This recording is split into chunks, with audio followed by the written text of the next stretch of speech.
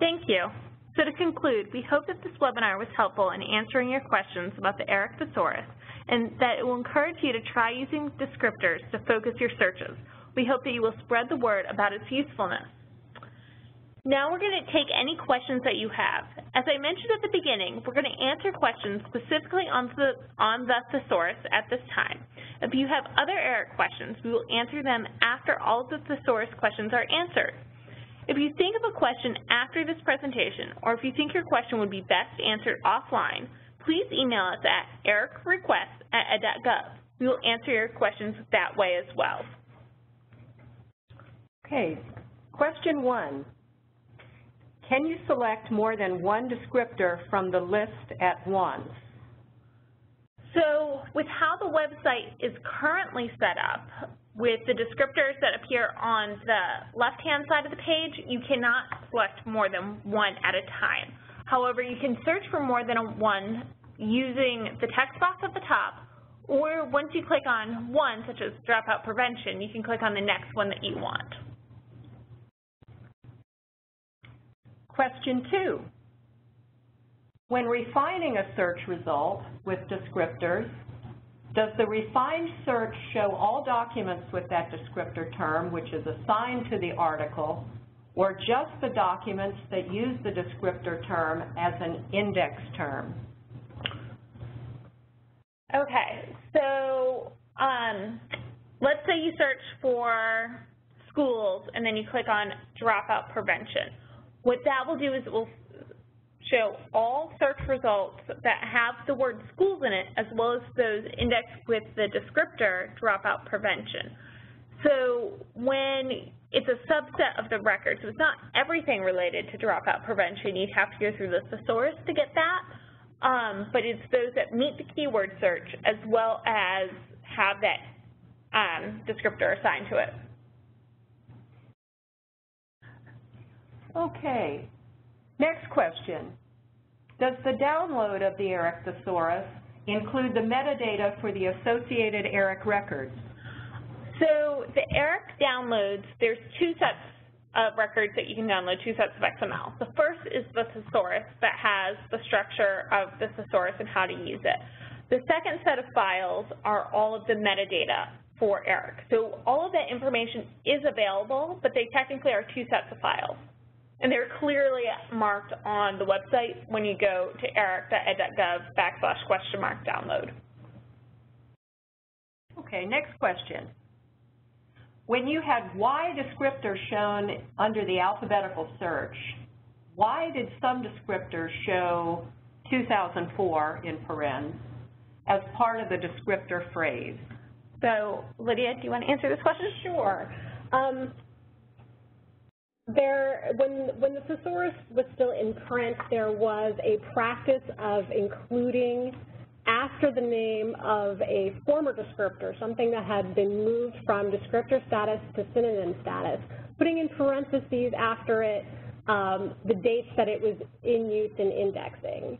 And in 2004, they did a revision of the thesaurus, and so some terms that had previously been descriptors and were made synonyms, they put 2004 in parentheses afterwards to indicate that that term previously had been a descriptor, but in 2004 was made a synonym. Okay, next question. Will you be introducing a search tool that would allow Boolean logic and/or searches? So in 2013, we redesigned the ERIC search based off of user feedback of the people that are using the eric.ed.gov site. Many of them were the kinds of searches that they were doing, they were not using the traditional Boolean logic. And this search that we have developed, when you click on the advanced search tips, we think that you can replicate every kind of search that users need.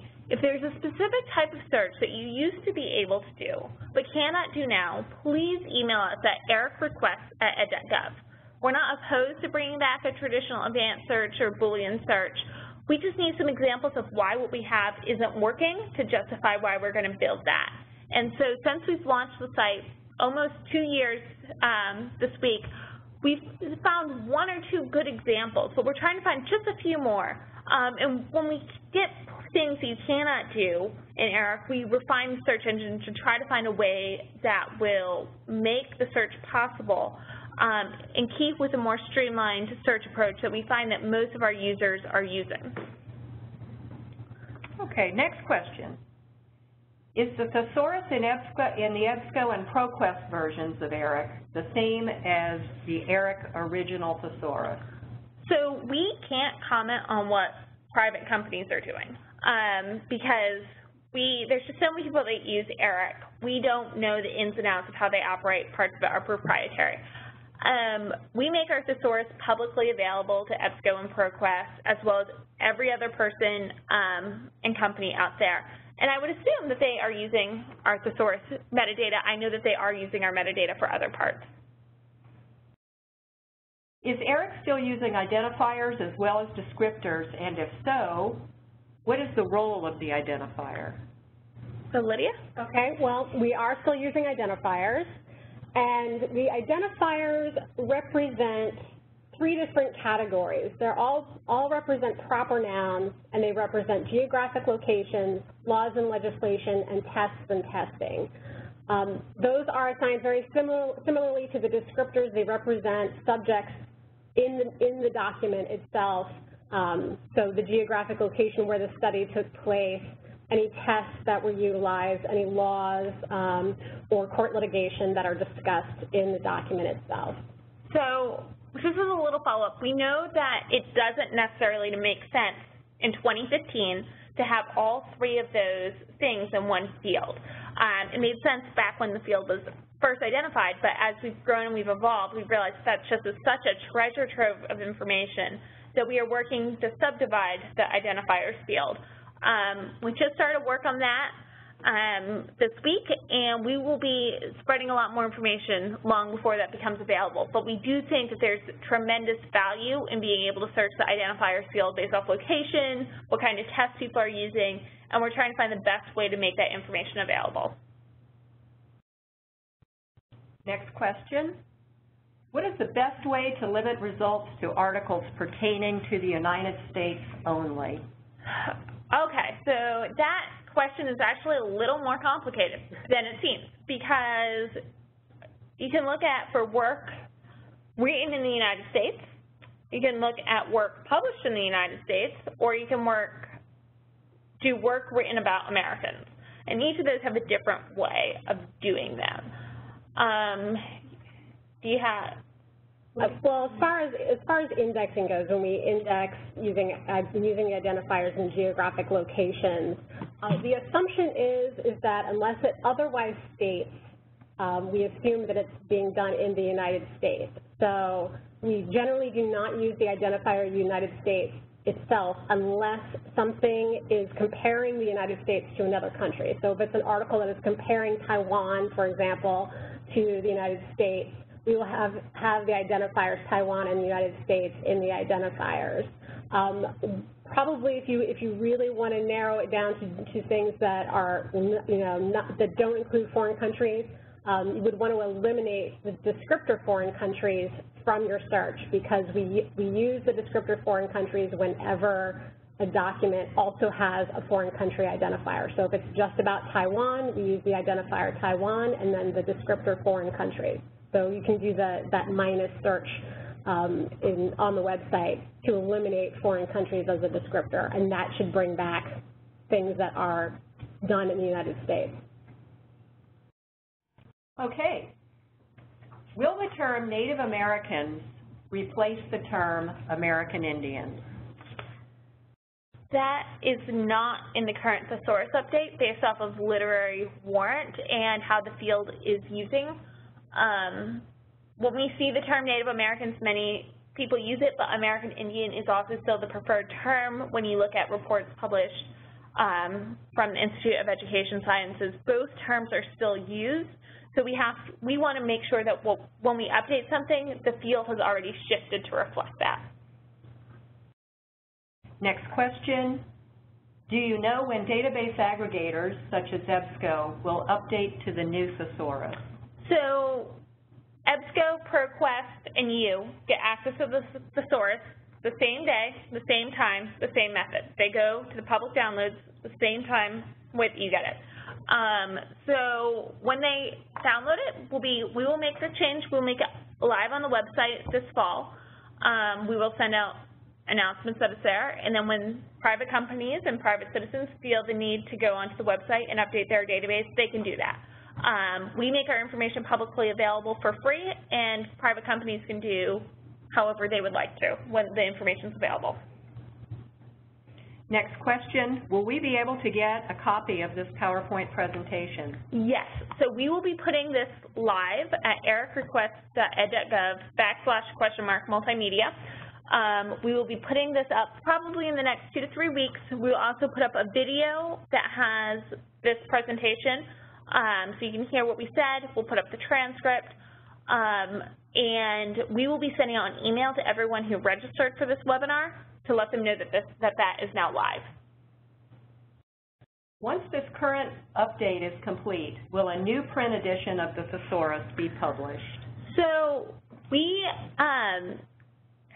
if you're thinking about that big blue book that was last published in 2004, 2001, that will not be published. The government does not print books anymore. So we won't ever have a physical hard copy, at least in the foreseeable future, given the focus on environment and unnecessary paper printing. In terms of making that information available, we have been trying to balance how would people use a print copy? In what ways would a PDF be more useful than the search function that we have in our metadata that we have, the XML file? And we've been trying to figure out in what ways would that PDF be useful? What are people looking for? So if you could email us at ericrequest@ed.gov if you would find the PDF helpful and how you would use it, and why it would be more useful than what we currently have, we absolutely can make it available. We just don't want to take the time and effort away from other projects to make a PDF that we don't really think would be helpful. So if we understand how you'd use it, we aren't opposed to bringing it back. We just can't imagine how you would use it and would love to hear more. Okay, next question. When a descriptor is retired in favor of a newer descriptor, do you go back and re-index the articles that used the old descriptor? Judy? What?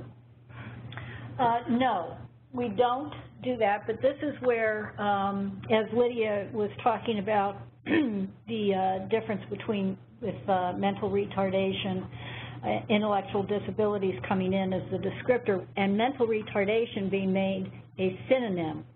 That's why it is important when you're doing a search to check that box that will bring synonyms in with your results, because that would be a way to capture the older records that were indexed with the older term.